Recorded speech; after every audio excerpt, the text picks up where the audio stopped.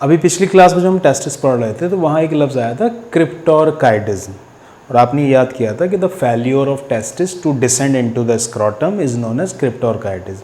यानी कभी कभी ऐसा होता है कि बच्चे की डिलीवरी हो जाती है और उसके टेस्टिस बच्चे के एब्डोमिनल कैविटी में ही रह जाते हैं, उस स्क्रॉटम में नहीं आ पाते। तो ऐसे में फिर उसको ठीक करना पड़ेगा ऑपरेशन के ज़रिए, वरना फिर टेस्टिस को टेम्परेचर 2 से 2.5 डिग्री सेल्सियस एक्स्ट्रा मिलेगा जितना कि उनको नहीं चाहिए, तो प्रॉब्लम्स हो सकती हैं उस बच्चे के साथ। तो इस पर एक सवाल फिर मैंने आपको बताया था कि ऑपरेशन के ज़रिए सर्जिकली उन टेस्टिस को एब्डोमेन से स्क्रॉटम में उतारा जाता है। इस ऑपरेशन को बोला जाता है ऑर्कियोपेक्सी। तो एक सवाल हमें याद करना है कि the surgical correction of cryptorchidism is known as orchiopexy. क्या कहलाता है? ऑर्कियोपेक्सी। तो ऑर्कियोपेक्सी से मतलब क्या है? सर्जिकल करेक्शन ऑफ क्रिप्टोरकाइटिज्म, है ना? आसान ही याद हो जाएगा। अब ऐसी एक दो बातें हम और याद कर लेते हैं ऑपरेशन से रिलेटेड। जैसे कई बार ऐसा होता है कि टेस्टिस या ओवरी का कैंसर हो जाता है, तो ऐसे में मजबूरन टेस्टिस ओवरी को काट के निकालना पड़ता है। तो गॉनेट्स का रिमूवल कहलाता है कैस्ट्रेशन। तो अगर सवाल पूछा जाता है पुराने पेपर में जैसा आ भी चुका है, the surgical removal of testis और ओवरीज इज नोन एज, आप आंसर लगाएंगे कैस्ट्रेशन। उसमें फिर दो बातें हो जाती हैं कि अगर टेस्टिस का रिमूवल किया जाता है तो वो क्या कहलाता है। तो अगर सवाल ही पूछा जाता है the surgical removal of testis, सिर्फ टेस्टिस की बात हो, तो आप आंसर लगाएंगे और कायक्टमी। और अगर सवाल ये पूछा जाता है कि the surgical removal of ovary, तो आप आंसर लगाएंगे ऊफोरेक्टमी। एक बार देख लीजिए कि अगर सवाल आपसे पूछा जाता है कि the surgical removal of testis और ओवरीज इज नोन एज, तो आप आंसर लगाकर आएंगे कैस्ट्रेशन। तो कैस्ट्रेशन से मतलब क्या हुआ? सर्जिकल रिमूवल ऑफ टेस्टिस और ओवरी। तो सर्जिकल रिमूवल ऑफ टेस्टिस और ovary is known as castration. इसमें फिर दो बातें, या तो आंसर आपको लगाना होगा और कायक्टमी, या फिर आंसर आपको लगाना होगा ऊफोरेक्टमी। ऊफोरेक्टमी। तो अगर सवाल ऐसे पूछा जाता है कि the surgical removal of testis, the surgical removal of testis, तो आप आंसर लगा करेंगे और कायक्टमी। और अगर सवाल पूछा जाता है कि the surgical removal of ovary, ovary, तो आप आंसर लगा कर आएंगे ऊफोरेक्टमी। ठीक है। ऐसे एक दो नाम और हैं आपके कोर्स में जिनसे कि पुराने पेपर में सवाल पूछे गए हैं। जैसे कई बार यूट्रस में बड़ी बड़ी रसौली फिब्रॉइड हो जाते हैं, जिसकी वजह से एंडोमेट्रियम का सरफेस एरिया बहुत ज़्यादा बढ़ जाता है और ऐसे फीमेल को ब्लीडिंग बहुत ज़्यादा होने लगती है। तो अगर फैमिली पूरी हो चुकी है, 4-5 बच्चे हैं, फीमेल की एज हो चुकी है अच्छी खासी, अब और बच्चे नहीं करने हैं, तो ऐसे में फिर यूट्रस को काट के निकाल दिया जाता है। इसके बारे में हम बात करेंगे जब फीमेल वाला टॉपिक पढ़ेंगे। मुझे फिलहाल आपको एक लाइन याद ही करानी थी कि जैसे ऑपरेशन की बात चल रही थी सर्जिकल प्रोसीजर्स की, तो एक सवाल आप और याद कर सकते हो कि the surgical removal of uterus is known as, पुराने पेपर में आ चुका है। आप आंसर लगा कर आएंगे हिस्टेरेक्टमी। दरअसल यूट्रस का एक नाम और भी है हिस्टेरा, वैसे से मेट्रा या वॉम भी बोलते हैं। हिस्टेरा से लफ्ज आया हिस्टेरेक्टमी। तो एक सवाल यहाँ बनता है जिसका आंसर आप लगा कर आएंगे हिस्टेरेक्टमी। हिस्टेरेक्टमी। और सवाल ये है कि the surgical removal of uterus, तो the surgical removal of uterus is known as hysterectomy. ऐसे एक सवाल आपने 11th में जब लीवर गॉल ब्लैडर टॉपिक पढ़ रहे होगे तो वहाँ पर टीचर ने आपको याद कराया होगा कि अगर गॉल ब्लैडर में पथरी हो जाती है तो उसे काट के निकाला जाता है ना। The surgical removal of gall bladder is known as cholecystectomy. इसमें कभी कभी बच्चे को जहन में सवाल भी आता है कि किडनी में तो स्टोन हो जाते हैं जब, तो वैसे तो काट के नहीं निकालते हैं, फिर गॉल ब्लैडर क्यों निकाल देते हैं। अगर गॉल ब्लैडर में स्टोन होते हैं तो स्टडी से पता चला है कि 90% चांसेस होते हैं गॉल ब्लैडर के कैंसर के। 90% बहुत ज़्यादा हो गए, इसलिए सेफ साइड लेते हुए गॉल ब्लैडर को काट के निकाल देते हैं। लेकिन जब किडनी में स्टोन्स होते हैं तो केवल 10% ही चांसेस होते हैं किडनी के कैंसर के। 10% कंपैरेटिवली काफ़ी कम है, इसलिए किडनीज को रिमूव नहीं करते हैं। खैर, मैं आपको छोटी सी बात याद कराना चाह रहा था कि सवाल आ सकता है गॉल ब्लैडर के रिमूवल पर, आपको आंसर लगाना होगा कॉलीसिस्टेक्टमी। तो सवाल वो इस तरीके से पूछ सकता है कि the surgical removal of gall bladder, the surgical removal of gall bladder is known as, आप आंसर लगाएंगे कॉलीसिस्टेक्टमी। एक बार देख लेते हैं। Surgical correction of cryptorchitis orchiopexy, the surgical removal of testis और ओवरीज, टेस्टिस ओवरी में से कुछ भी, castration, surgical removal of testis orchiectomy, surgical removal of ovaries oophorectomy, surgical removal of uterus hysterectomy, surgical removal of gall bladder cholecystectomy. क्या इतनी बात समझ में आ गई? ठीक है। नेक्स्ट टॉपिक है हमारा एपिडाइडमिस। एपिडाइडमिस से रिलेटेड जब आपने मेल रिप्रोडक्टिव सिस्टम का डायग्राम बनाया था तो ये तो बात आपकी समझ में आई थी कि टेस्टिस के ऊपर से शुरू होती है और फिर आगे जाके बन जाती है वेस्ट डिफरेंस। मैं एक डायग्राम के जरिए बताता हूँ।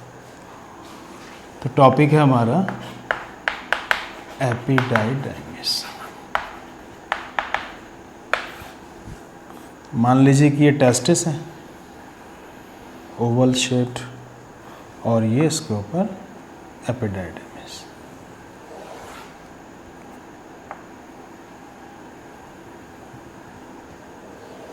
यही एपिडाइडमिस आगे जाके क्या बन जाती है? Vast difference. यहाँ मुझे आपको याद ये कराना है कि एपिडाइडमिस के बारे में एनसीईआरटी में भी ये बात लिखी हुई है कि it is a highly coiled tube. इसकी लेंथ लगभग 6 मीटर होती है। ये खैर सवाल नहीं पूछा जाता कितनी लंबी होती है। तो एक सवाल तो ये कि it is a highly coiled tube, highly coiled tube which is present on the posterior side of testis. अब एनसीईआरटी में लिखा हुआ तो फिर आपको इस स्टेटमेंट के तौर पर याद होनी चाहिए कि हाईली क्वाइल्ड ट्यूब है। आप ऐसे याद कर सकते हैं कि 6 मीटर लॉन्ग है ना, 6 मीटर काफ़ी लंबा डिस्टेंस हो गया, उस हिसाब से हाईली क्वाइल्ड ट्यूब है जो कि पोस्टीरियर साइड ऑफ किडनी में मौजूद है। एक बात हुई। दूसरी बात आपको याद ये करनी है कि एपिडाइडमिस का मेन फंक्शन क्या है। तो एपिडाइडमिस का मेन फंक्शन ये है कि ये करता है storage, nourishment and maturation of sperm. मैं लिख के याद कराता हूँ। तो एपिडाइडमिस का एक इम्पॉर्टेंट फंक्शन है कि storage, nourishment and maturation of sperms. Storage, nourishment and maturation of sperms. अब यहाँ पर बात स्टोरेज की है कि एपिडाइडमिस के अंदर स्पर्म्स कुछ घंटों से कुछ दिन तक रुकते हैं। मतलब इतनी हाईली क्वाइल्ड ट्यूब है कि जब यहाँ पर आपने याद होगा ना, आपने पढ़ा था सेमिनिफेरस ट्यूब्यूल से रीड टेस्टिस वैजा फ्रेंच या फिर एपिडाइडमिस में स्पर्म आते हैं। तो यहाँ पर इतनी हाईली क्वाइल्ड ट्यूब की वजह से इनको आगे वेस्ट डिफरेंस में पहुँचने में काफ़ी समय लगता है। तो अब इसका मतलब ये हुआ कि यहाँ पर काफ़ी देर के लिए रुकते हैं, इस वजह से लफ्ज़ आ गया स्टोरेज। अब जब समय लगेगा तो स्पर्म तो मैच्योर होने लगेंगे, जैसे जैसे उनकी उम्र बढ़ेगी तो लफ्ज़ आया कि मैच्योरेशन भी होता है इनका यहाँ पर। अब जाहिर सी बात है कि इस बीच जब ये यहाँ पर काफ़ी वक्त गुजार रहे हैं और इनको अगर नरिशमेंट नहीं मिला, कुछ खाने पीने को नहीं मिला, तो स्पर्म तो डेड हो जाएंगे। इसलिए एपिडाइडमिस के सिक्रीशन में ऊपर वाले ने नरिशमेंट का भी इंतज़ाम किया ताकि डेवलपिंग स्पर्म्स की, जो स्पर्म्स आगे मूव कर रहे हैं, उनकी डेथ ना हो जाए। तो फिर लाइन ये बनी कि एपिडाइडमिस का फंक्शन हुआ स्पर्म का स्टोरेज, नरिशमेंट और मैचुरेशन। आपको याद आ रहा होगा नरिशमेंट जैसा लफ्ज़ तो आपने पहले भी सुना था टेस्टिस के अंदर कि सर्टोली सेल्स का काम होता है कि डेवलपिंग स्पर्म को नरिशमेंट पहुंचाते हैं, है ना। तो अगर सवाल आएगा नरिशमेंट का कि स्पर्म्स आर नरिश्ड बाय, तो आपको आंसर लगाना होता है सर्टोली सेल्स। लेकिन अगर सवाल ये पूछा जाता है कि sperms are stored and nourished inside, अगर स्टोरेज और नरिशमेंट की बात करता है तब आंसर लगाना है एपिडाइडमिस। याद रहेगी बात। अगर सिर्फ नरिशमेंट का सवाल होगा तो बेस्ट आंसर है सर्टोली सेल्स, लेकिन अगर नरिशमेंट के साथ स्टोरेज का सवाल होगा तो आंसर क्या लगाएंगे? एपिडाइडमिस। पक्का। तो अगर ये सवाल पूछा जाता है कि sperms are stored and nourished inside, sperms are stored and nourished inside, अगर ये सवाल पूछा जाता है तो आप आंसर क्या लगा कर आएंगे? एपिडाइडमिस। याद रहे कितनी बार। अच्छा, अब जैसे जैसे स्पर्म आगे बढ़ेंगे तो फिर इधर वेस्ट डिफरेंस पहुंचेंगे, फिर उधर सेमिनल वेजाइगल डक्ट से ज्वाइन कर जाएंगे, फिर आगे मूव करेंगे तो सेमिनल वेजाइकल से सिक्रीशन और फिर प्रोस्टेट ग्लैंड के सिक्रीशन, कॉपर्स ग्लैंड की इसमें जुड़ते रहेंगे, तो इसका मतलब स्पर्म और ज़्यादा डाइल्यूट होता रहेगा।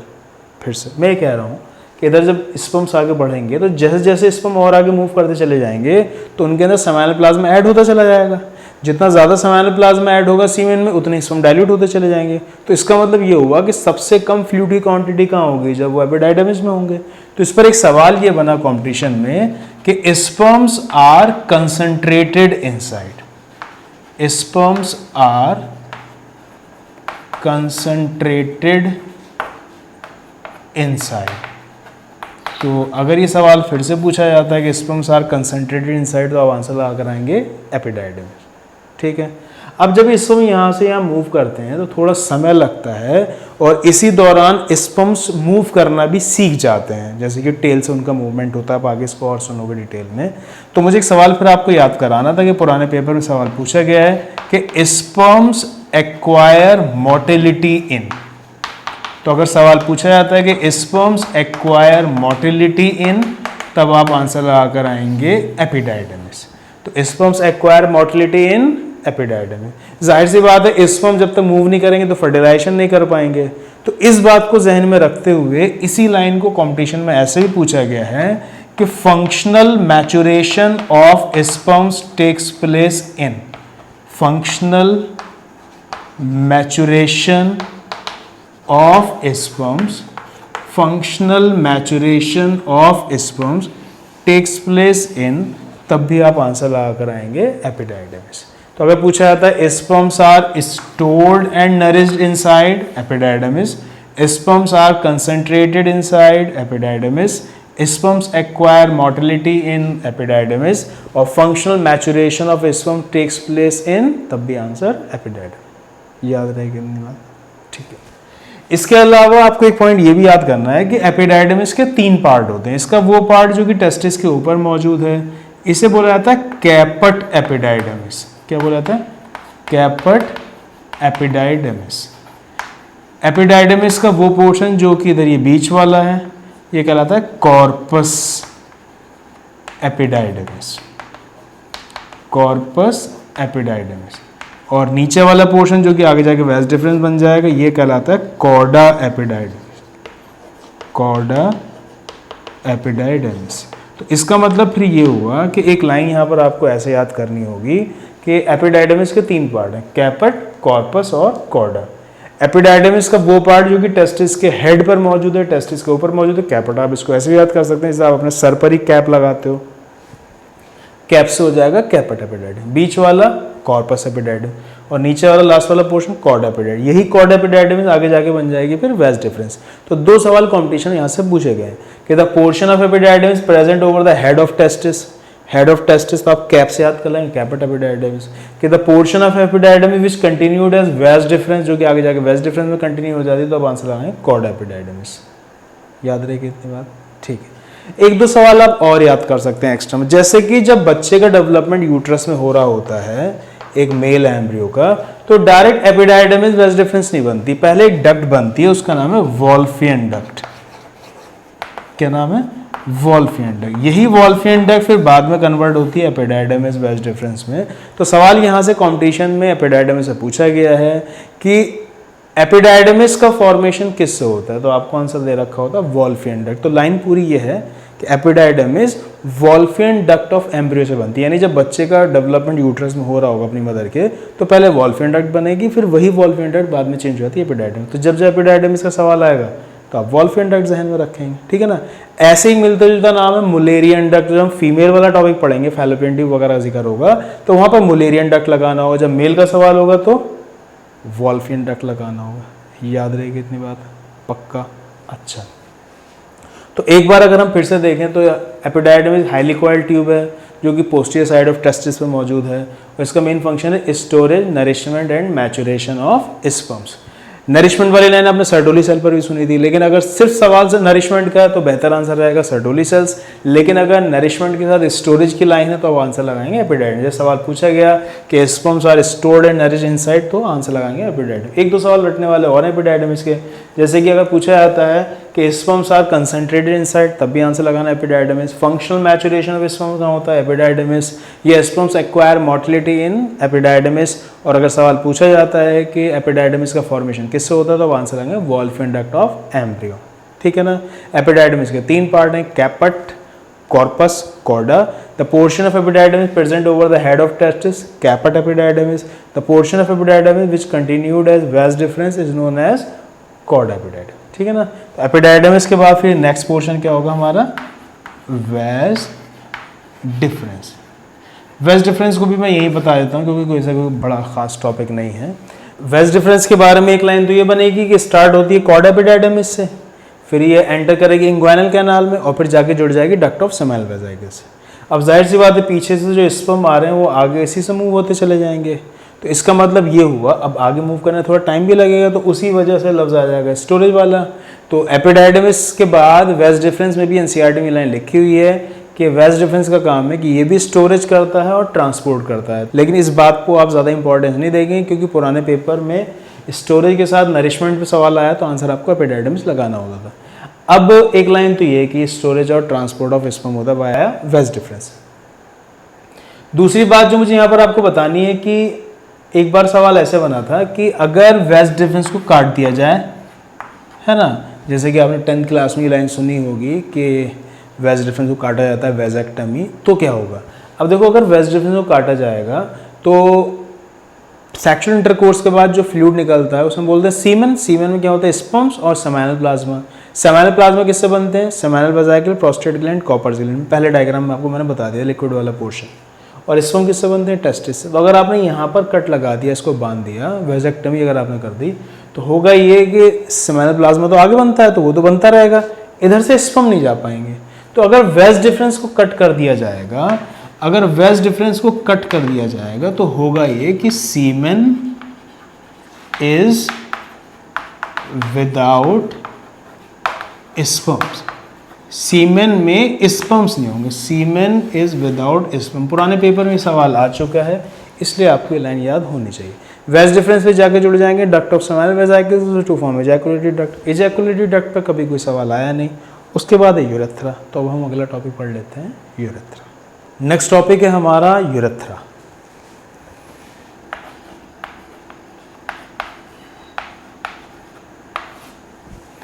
यूरेथ्रा से रिलेटेड एक बात तो आप ये जानते हैं कि मेल के अंदर यूरेथ्रा के 2 फंक्शन हैं, एक तो इससे यूरिन पास होगा और दूसरे से सीमन पास होगा, है ना।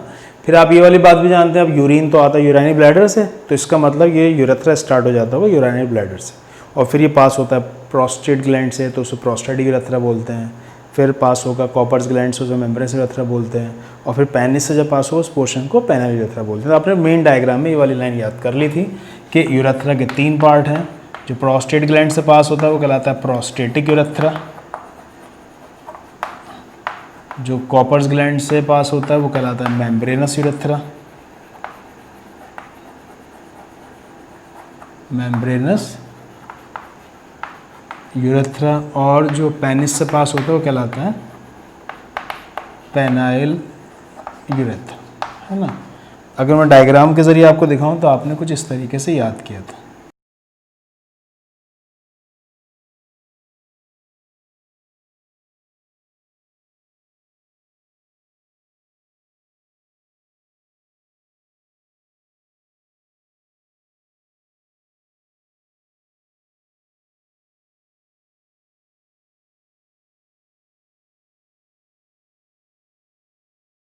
ठीक है, तो यूरेथ्रा का वो पोर्शन जो कि प्रोस्टेट ग्लैंड के अंदर है प्रोस्टेटिक यूरेथ्रा, जो कॉपर्स ग्लैंड के अंदर है मेम्ब्रेनस यूरेथ्रा, जो पेनिस के अंदर है पेनाइल यूरेथ्रा। फिर आपने ये भी याद किया था कि टिप ऑफ द पेनिस पर इसकी बहुत ही नैरो ओपनिंग होती है, इसे बोला जाता है यूरेथ्रल मीएटस। मीएटस का मतलब ही होता है ओपनिंग, यूरेथ्रल मीएटस, या फिर इसे बोला जाता है एक्सटर्नल मीएटस या यूरोजेनाइटल अपर्चर ही बोला जाता है ना, यूरेथ्रल मीएटस या फिर एक्सटर्नल मीएटस। अच्छा, इधर पीछे यूराइनरी ब्लैडर होगा, है ना, उसकी नेक से फिर आगे कंटिन्यू हो जाता होगा। तो इसका मतलब ये है कि यूरेथ्रा स्टार्ट हो जाता है यूराइनरी ब्लैडर से, यूराइनरी ब्लैडर की नेक से, और फिर लास्ट कहाँ तक रहता है ये, up to the urethral meatus. 3 part है इसके, प्रोस्टेटिक यूरेथ्रा, मेम्ब्रेनस यूरेथ्रा और पेनाइल यूरेथ्रा। 2 फंक्शन है मेल के अंदर, यूरेथ्रा के एक तो इससे यूरिन पास होता है, दूसरा इससे सीमेन पास होता है। आसान सी बात है। एक छोटी सी लाइन आप और याद कर सकते हो, जैसे कि अगर आप क्लासरूम में बैठे हुए हो या सफ़र आप कर रहे हो, बस में बैठे हुए हो और यूरिन का आपको एहसास होता है कि आपको यूरिन पास करना चाहिए, लेकिन आप ऐसी कंडीशन नहीं है कि आप उठ के जा सको, तो आप चाहो तो यूरिन रोक लेते हो, है ना। तो इसका मतलब ये हुआ कि ये जो पैसेज है इसे दबा के यूरिन के फ्लो को रोका जा सकता है। तो उसके लिए ऊपर वाले ने किया ये है कि हमारे यूरेथ्रा में 2 स्फिंक्टर्स बनाए। क्या बना है? स्फिंक्टर। जो अंदर की तरफ है वो कहलाता है इंटरनल स्फिंक्टर, इंटरनल स्फिंक्टर, और जो बाहर की तरफ है वो कहलाता है एक्सटर्नल स्फिंक्टर, एक्सटर्नल स्फिंक्टर। अगर लोकेशन के हिसाब से देखा जाए तो इंटरनल स्फिंक्टर मौजूद है नेक ऑफ यूरिनरी ब्लैडर पर। कहाँ? ये नेक ऑफ यूरिनरी ब्लैडर। और एक्सटर्नल देखा जाए तो ये मेम्ब्रेनस यूरेथ्रा के चारों तरफ मौजूद है, यानी अराउंड मेम्ब्रेनस यूरेथ्रा। ठीक है ना। अब ये जो इंटरनल स्फिंक्टर है ये बना हुआ है स्मूथ मसल फाइबर से। किससे बना हुआ है? Smooth muscle fibres. और ये जो एक्सटर्नल है ये बना हुआ है स्ट्राइटेड या skeletal muscle fibre, striated muscle fibres. अब होता है कि स्मूथ मसल तो हमारे कंट्रोल में होती नहीं, तो अब जब ब्लैडर फिल हो जाता है, यूरिनरी ब्लैडर फिल हो जाता है, तो अंदर वाला स्फिंक्टर ऑटोमेटिकली डायलेट हो जाएगा और यूरिन आगे आ जाएगा। लेकिन अगर आप ऐसी जगह बैठे हुए हैं कि आप उठकर नहीं जा सकते यूरिन पास करने के लिए, तो आप जो यूरिन रोक लेते हो वो इस एक्सटर्नल की वजह से रोक लेते हो।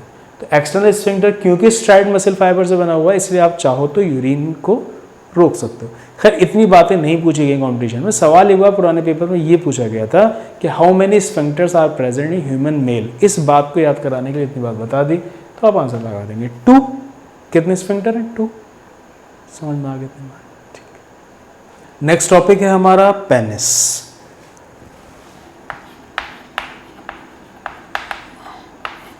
पेनिस से रिलेटेड आप पहले से क्या जानते हो?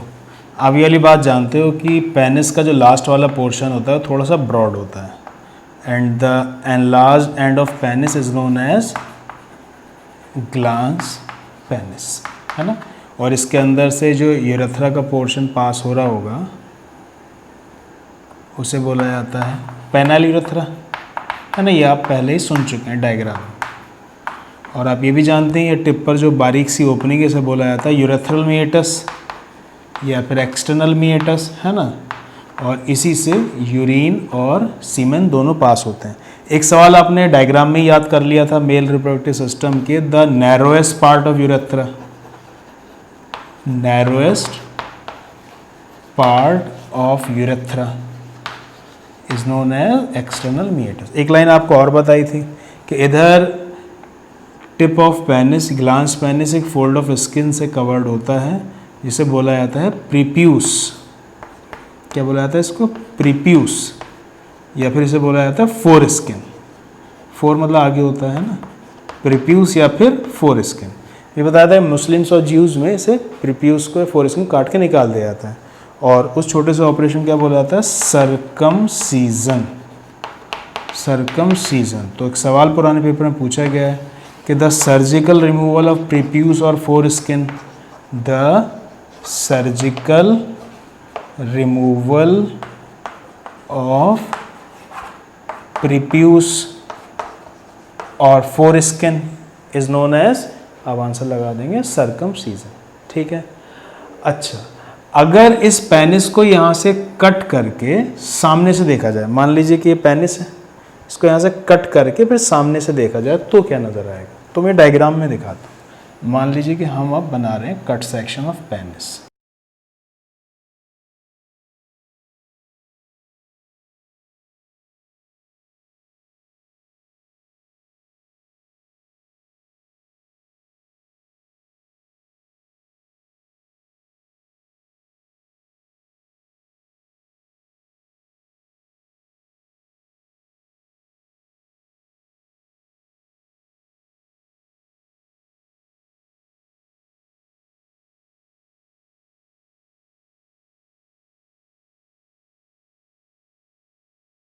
जब कट सेक्शन ऑफ पेनिस देखा जाता है, मैंने इसको यहाँ से कट करके सामने से दिखाया, थोड़ा बड़ा बना दिया, तो इसके अंदर 1 2 3 तीन इरेक्टाइल टिश्यूज नजर आते हैं। इरेक्टाइल टिश्यूज से मतलब क्या है?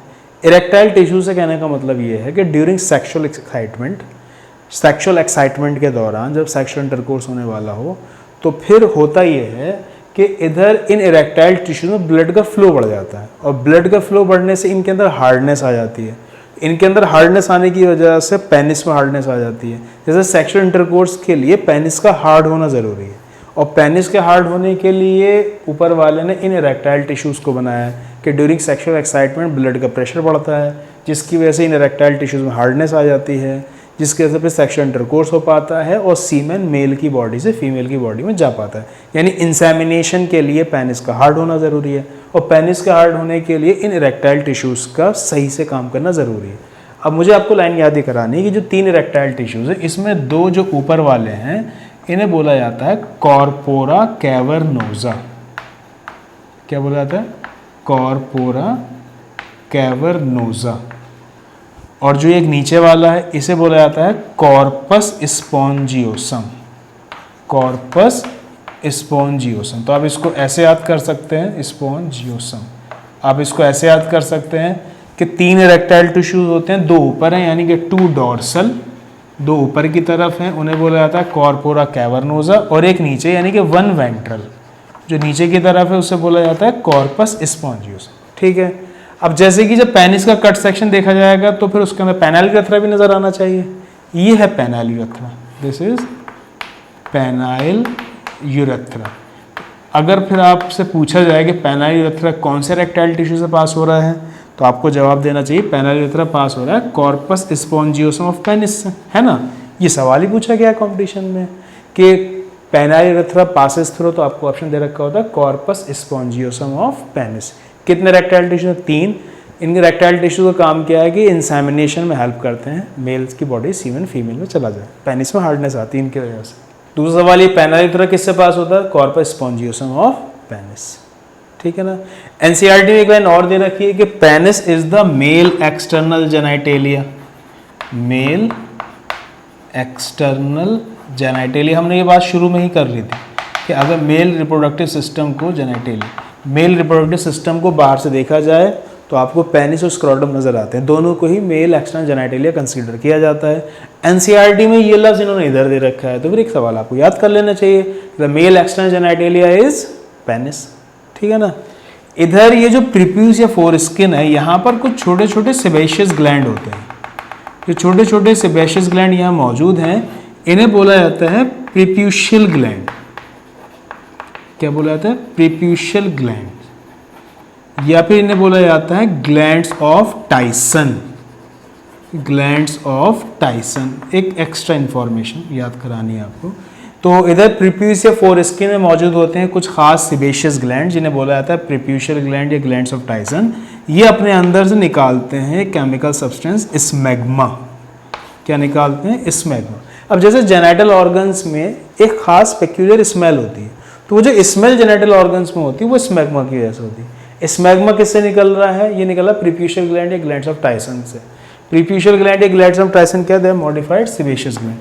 अब सवाल तो खैर इस तरीके के अब नहीं आते, लेकिन एक एक्स्ट्रा इन्फॉर्मेशन बाकी सबको भी याद होगी, इसलिए आप भी याद कर लो कि मॉडिफाइड सिबेशियस ग्लैंड यहाँ मौजूद हैं, कहलाते हैं प्रीप्यूशियल ग्लैंड या ग्लैंड्स ऑफ टाइसन। ये अपने अंदर से निकालते हैं स्मैग्मा। मेन जो एनसीईआरटी के हिसाब से तैयारी करनी है वो ये, penis is the male external genitalia. दूसरी बात हमें याद करनी है कि पेनिस का एनलार्ज एंड थोड़ा ब्रॉड होता है, कहलाता है ग्लांस पेनिस। इसके ऊपर एक फोल्ड है स्किन का, कहलाता है प्रीप्यूस या फोरस्किन। पेनिस के अंदर है पेनाइल यूरेथ्रा, और इसकी जो टिप है पेनाइल यूरेथ्रा की वो कहलाती है urethral meatus, and it is the narrowest part of urethra. Cut section of penis का देखेंगे तो हमें 3 इरेक्टाइल टिश्यूज नजर आएंगे। 2 डॉर्सल है, ऊपर की तरफ है कॉर्पोरा कैवर्नोजा, एक नीचे की तरफ है कॉर्पस स्पॉन्जियोसम। अगर आपसे सवाल पूछा जाता है पेनाइल यूरेथ्रा किससे पास होता है, तो आप बोल दें कॉर्पस स्पॉन्जियोसम ऑफ पेनिस। ठीक है। नेक्स्ट टॉपिक है हमारा मेल एसेसरी ग्लैंड्स।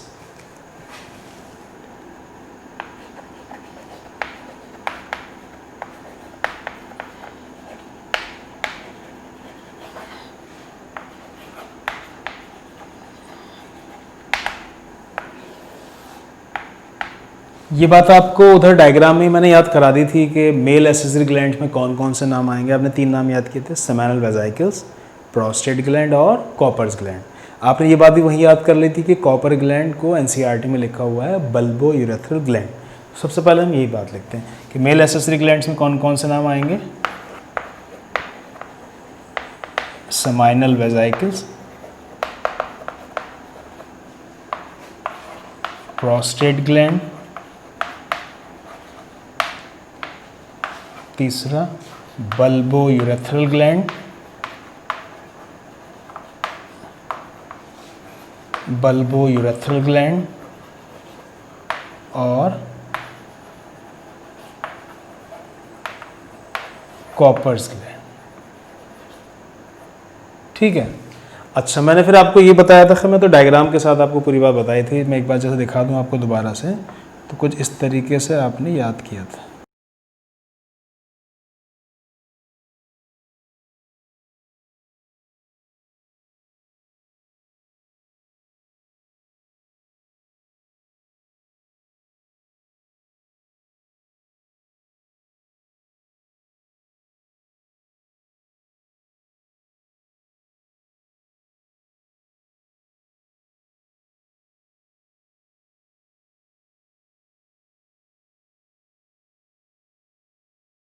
आपने इसको ऐसे याद किया था कि इधर 2 सेमिनल वेजाइकल होती हैं, 2 कॉपर्स ग्लैंड होते हैं और प्रोस्टेट ग्लैंड सिंगल होता है ना। ये पुराने पेपर में सवाल भी आ चुका है, मैंने बताया था आपको। तो इसका मतलब फिर हम ऐसे रिवाइज करेंगे, सेमिनल वेजाइकल तो एक जोड़ा है, पेयर्ड है, तो पेयर्ड सेमिनल वेजाइकल है।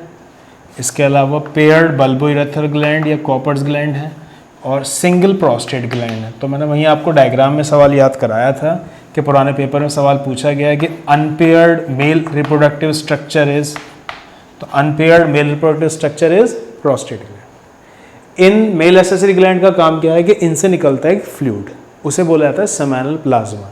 सेमिनल प्लाज्मा और स्पर्म को मिलाकर ही बोला जाता है सीमेन। ये वही वाइटिश फ्लूइड है जो कि सेक्सुअल इंटरकोर्स के बाद मेल के पेनिस से निकलता है। तो मैंने आपको ऐसे याद कराया था कि ये जो सीमेन है ये 2 चीज़ों से मिलकर बनता है। एक तो इसमें होता है सेमिनल प्लाज्मा और दूसरे इसमें होते हैं स्पर्म्स।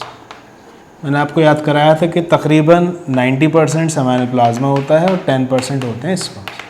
फिर मैंने आपको ये भी याद कराया था कि सेमिनल प्लाज्मा इनसे ही बनता है, सेमिनल वेसिकल्स, प्रोस्टेट ग्लैंड और कॉपर्स ग्लैंड। फिर मैंने ये भी आपको वहीं बता दिया था कि एनसीईआरटी में लाइन दे रखी है कि seminal plasma is formed by seminal vesicle, prostate gland and Copper's gland, and it contains fructose, calcium and certain enzymes। याद आ रही है आपको ये लाइन? and certain enzymes। मैंने बताया था कि एनसीईआरटी में लाइन लिखी हुई है कि the secretions of seminal vesicle, prostate gland and Copper's gland constitute seminal plasma which is rich in। तो आपको ऑप्शन दे रखे होते हैं 4, आप कौन सा लगाना, तो fructose, calcium and certain enzyme. ये बात मैंने आपको वहीं याद कराई थी। अब मुझे आपको लाइन याद ही करानी है कि असल में जो सेमिनल प्लाज्मा है वो सबसे ज़्यादा निकलता है सेमिनल वेजाइकल से, लगभग 60%, और 25 से 30% निकलता है प्रोस्टेट ग्लैंड से, पूरा होता ही 90% है। इसका मतलब जो सेमिनल प्लाज्मा मेनली इन दोनों से ही बनता है, सेमिनल वेजाइकल और प्रोस्टेट। लेकिन एनसीईआरटी में लिखा हुआ है कि इट इज फाउंड बाय, तीनों के नाम दे रखे हैं, इसलिए आपको इस बात का ध्यान नहीं देना है कि कौन ज़्यादा बना रहा है कौन कम। अगर आपसे पूछा था seminal plasma is found by, आप तीनों के नाम बोले, ठीक है ना। दूसरी बात आपको याद ये करनी है कि सेमिनल वेजाइकल जो सिक्रेशन निकलते हैं, अब दरअसल सीमेन का पीएच होता है 7.5, पीएच सीमेन कितना होता है 7.5, 7 पर न्यूट्रल होता है, 7 से वो बेस स्टार्ट हो जाता है। अब कि 7 से थोड़ा सा ही ऊपर इसका मतलब स्लाइटली अल्कलाइन होगा सीमेन, है ना। तो इसका मतलब इनके जो सिक्रीशंस होंगे वो सबके सब अल्कलाइन ही होंगे, है ना। मुझे आपको लाइन याद ही कराने कि सेमिनल वेजाइकल के जो सिक्रीशंस हैं अल्कलाइन होते हैं और उनके अंदर मौजूद होता है फ्रक्टोज, प्रोस्टैग्लैंडिन्स,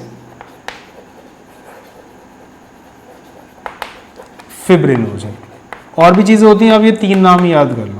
सेमिनल वेजाइकल के सिक्रेशन में ये चीज़ें मौजूद हैं, फ्रक्टोज, प्रोस्टैग्लैंडिन और फिब्रिनोजन।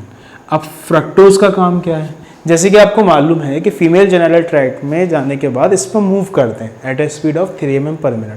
तो उनको एनर्जी कहाँ से मिलेगी, उनको एनर्जी मिलती है इन्हीं फ्रक्टोज से। तो फ्रक्टोज का काम ये होता है कि it provides energy, it provides energy for the motility of sperms. ठीक है ना, स्पर्म्स को मूव करने के लिए एनर्जी चाहिए होती है, वो किससे मिलेगी? फ्रक्टोज। दूसरा प्रोस्टाग्लैंडिन। प्रोस्टाग्लैंडिन एक लोकल हार्मोन है। प्रोस्टाग्लैंडिन लफ्ज जब भी आप सुनेंगे तो आपके जहन में ये बात आनी चाहिए कि स्मूथ मसल्स का कॉन्ट्रैक्शन कराता है। क्या कराता है? Contraction of smooth muscles. तो प्रोस्टाग्लैंडिन का काम क्या है? ये कराएगा कॉन्ट्रैक्शन। क्या कराएगा? कॉन्ट्रैक्शन। किसका? Smooth muscles. कब होता ये है कि जब सेक्सुअल इंटरकोर्स के बाद सीमेन फीमेल जेनिटल ट्रैक्ट में जाएगा, वेजाइना, फिर आगे यूट्रस में जाएगा, फिर फैलोपियन ट्यूब में जाएगा। असल में स्पर्म्स को फैलोपियन ट्यूब तक पहुंचना है, वहां पर भी एम्पुला तक, क्योंकि अगर उसी टाइम पर सेकेंडरी ओसाइट रिलीज हुआ ओवम और इधर से स्पर्म पहुंच गए तो फिर एम्पुला में फर्टिलाइजेशन हो सकता है। तो इधर वैसे तो स्पर्म खुद भी मूव करते हैं 3 mm पर मिनट की स्पीड से, लेकिन इन प्रोस्टाग्लैंडिन की वजह से यूट्रस कॉन्ट्रैक्ट होता है, स्मूथ मसल्स को कॉन्ट्रैक्ट कराता है ना, और इस तरीके से कॉन्ट्रैक्ट होता है कि स्पर्म आसानी से फैलोपियन ट्यूब तक पहुंच जाए।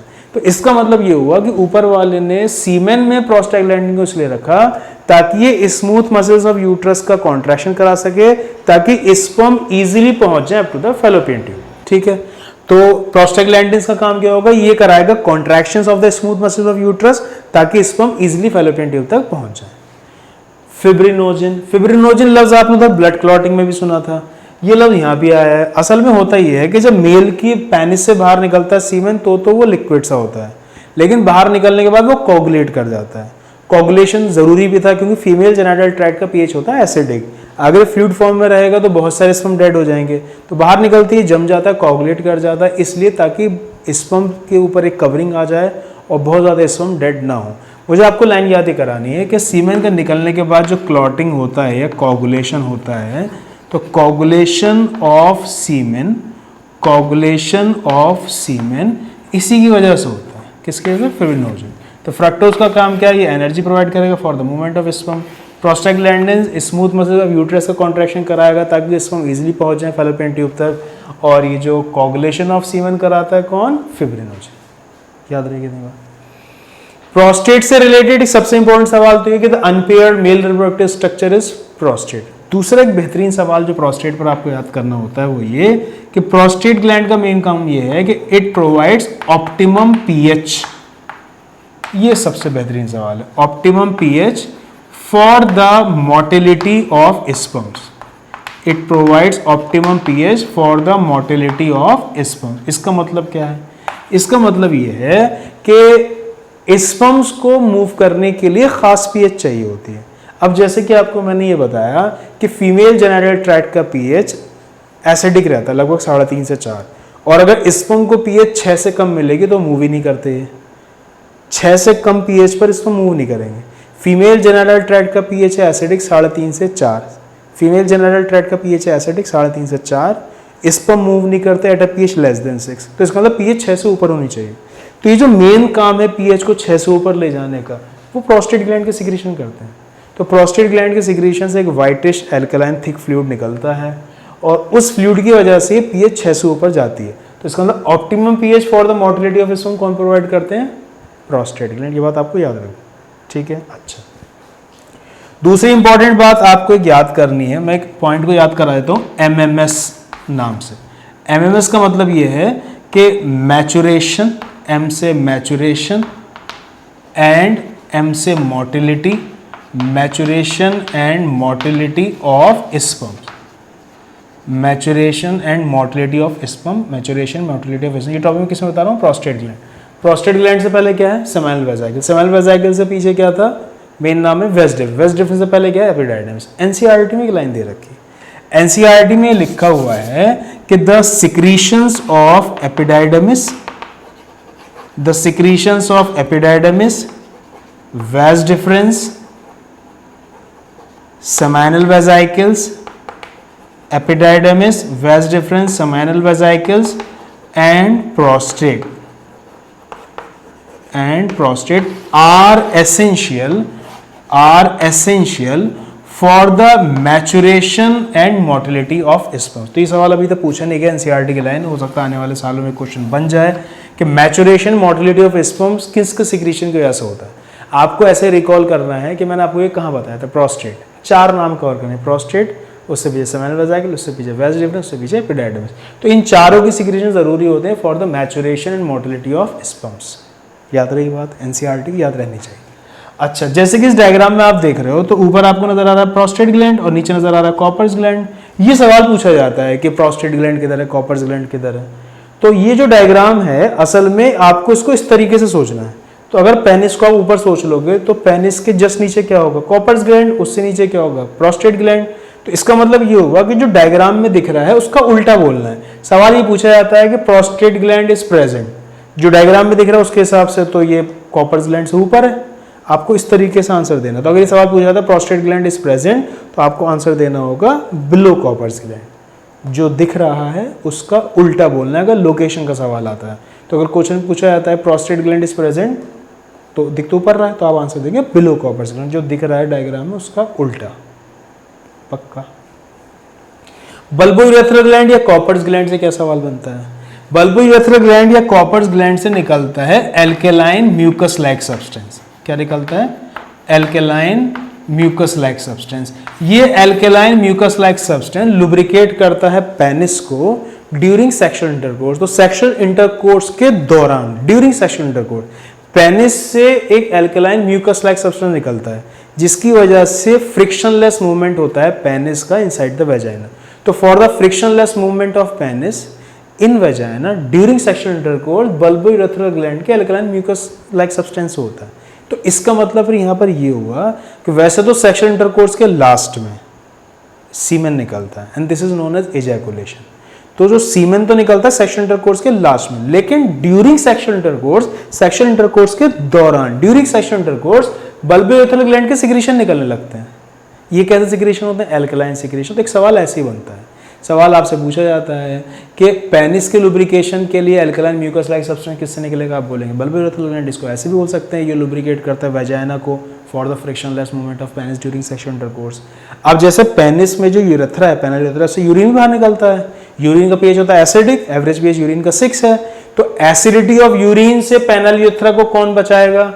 तब भी आपको आंसर ये लगाना है कि एल्कलाइन म्यूकस, जो कि निकलता है कॉपर्स ग्लैंड से। पुराने पेपर में सवाल पूछा जा चुका है कि वो कौन सा ग्लैंड है जिसके सिक्रीशन से पेनिस को बचाया जाता है from the acidity of urine. तो आपको आंसर लगाना है कॉपर्स ग्लैंड।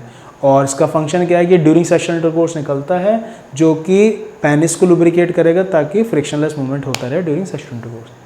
ठीक है ना। हम टॉपिक क्या पढ़ रहे? Human reproduction. ह्यूमन बीइंग क्या है? मेल्स। एक बार एमयू में सवाल पूछा गया था कि Cowper's gland are present in, आपको आंसर लगाना था ऑल मेल मैमल्स, है ना। वैसे भी ह्यूमन बीइंग का सोचकर ये आंसर लगा भी सकते हो। क्या इतनी बात आपकी समझ में आ गई? एक छोटी सी बात और याद कर लीजिए, जैसे कि ह्यूमन बीइंग्स के अंदर सिर्फ सेमिनल वेसिकल से ही फ्रक्टोज निकलता है ना। फीमेल की बॉडी में ऐसा कोई ग्लैंड नहीं है, ऑर्गन नहीं है जिससे कि फ्रक्टोज निकलता हो। तो अगर फीमेल की बॉडी में, फीमेल जेनिटल ट्रैक्ट में फ्रक्टोज मिलता है तो इसका मतलब ये होगा कि उस फीमेल के साथ रेप हुआ है। तो फॉरेंसिक टेस्ट ऑफ रेप में, फॉरेंसिक टेस्ट फॉर रेप में यही देखा जाता है कि अगर कोई फीमेल पुलिस थाने में आके ये शिकायत करती है कि उसके साथ उस बंदे ने रेप किया है, तो उसका फिर मेडिकल लीगल एग्जामिनेशन होता है। उसमें क्या जाता है, उसको डिस्ट्रिक्ट हॉस्पिटल लिया जाएगा, डिस्ट्रिक्ट हॉस्पिटल ले जाके उसके वेजाइनल स्वैब से सिक्रीशंस को चेक किया जाएगा। तो अगर उसके वेजाइनल सिक्रीशंस में फ्रक्टोज पाया गया, इसका मतलब उसके साथ सेक्सुअल इंटरकोर्स हुआ है ना। वो बात की बात है कि जिस पर इल्ज़ाम लगाया उसे नहीं किया, किसी और ने किया।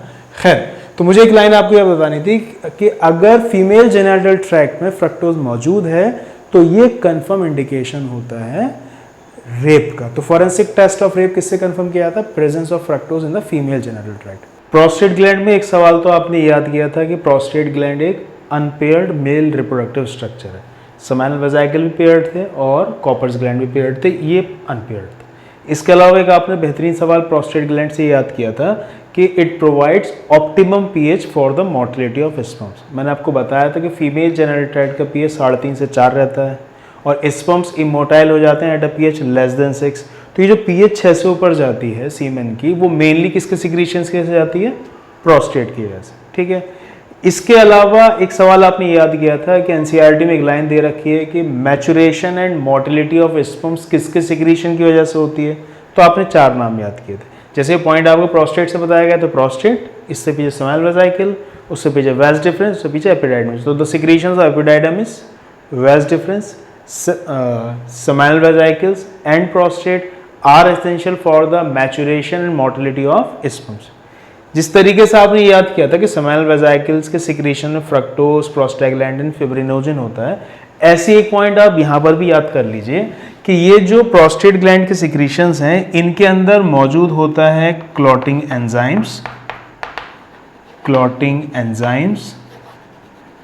इसके अलावा कैल्शियम, जिंक, एसिड फॉस्फेटेज, ये भी एक एंजाइम है। और भी चीज़ें होती हैं लेकिन इतने नाम तो कम से कम आपको याद होने चाहिए। क्लॉटिंग एंजाइम्स नाम आपको इसलिए याद करना है जैसे कि आपने याद किया था एनसीईआरटी की लाइन है कि seminal plasma contains fructose, calcium and certain enzymes. तो उन्होंने जो वहाँ पर सर्टेन एंजाइम्स बोला था वो इसी क्लॉटिंग एंजाइम्स को बोला था। पुराने पेपर में सवाल भी डायरेक्ट आ चुका है, क्लॉटिंग एंजाइम्स किसका सिक्रीशन में होता है, आप बोलेंगे प्रोस्टेट। उसके अलावा एनसीईआरटी में कैल्शियम भी दे रखा है, तो ये कैल्शियम किसका सिक्रीशन में है, प्रोस्टेट। पुराने पेपर में कैल्शियम, जिंक दोनों पर सवाल आ चुका है। प्रोस्टेट ग्लैंड के सिक्रीशंस में एक एंजाइम होता है एसिड फॉस्फेटेज। ये जो एसिड फॉस्फेटेज एंजाइम है ये सिर्फ और सिर्फ प्रोस्टेट ग्लैंड के सिक्रीशन में ही होता है, यानी मार्कर एंजाइम है ये प्रोस्टेट ग्लैंड का। तो अगर प्रोस्टेट ग्लैंड का कैंसर हो जाता है तो कैंसर में की माइटोडिवीजन बढ़ जाते हैं, हर चीज का सिक्रीशन बढ़ जाएगा उस पर्टिकुलर ग्लैंड से। तो प्रोस्टेट ग्लैंड के कैंसर में एसिड फॉस्फेटेज का लेवल बहुत बढ़ जाता है। तो अगर ये डायग्नोसिस बनानी होती है प्रोस्टेट ग्लैंड का कैंसर है या नहीं, तो एसिड फॉस्फेटेज को चेक किया जाता है। हम इसके बारे में बात करेंगे जब हम हेल्थ एंड डिजीज में कैंसर टॉपिक पढ़ेंगे। इसी वजह से मैंने ये नाम यहाँ पर लिख दिया कि आपके जहन में एक बात रहे कि फॉस्फेट ग्लैंड की जब प्रोस्टेट ग्लैंड की बात होगी तो हम एसिड फॉस्फेटेज का भी यहाँ पर जिक्र होगा। ठीक है, आपके लिए ज़रूरी था कि प्रोस्टेट ग्लैंड के सिक्रीशन में मौजूद होते हैं क्लॉटिंग एंजाइम, कैल्शियम और जिंक। इधर बल्बोरेथ्रल ग्लैंड या कॉपर्स ग्लैंड में आपने याद किया था कि इससे निकलता है एल्कलाइन म्यूकस, है ना, एल्कलाइन म्यूकस। यहाँ पर लफ्ज म्यूकस इंपॉर्टेंट है, एल्कलाइन तो सिक्रीशंस हैं ही सबके, तीनों के secretion alkaline. Alkaline mucus like substance जो लुब्रिकेट करता है पेनिस को ड्यूरिंग सेक्सुअल इंटरकोर्स, ये लुब्रिकेट करता है वेजाइना को for the frictionless of movement of penis during sexual intercourse. क्या इतनी बात आपको याद रहेगी?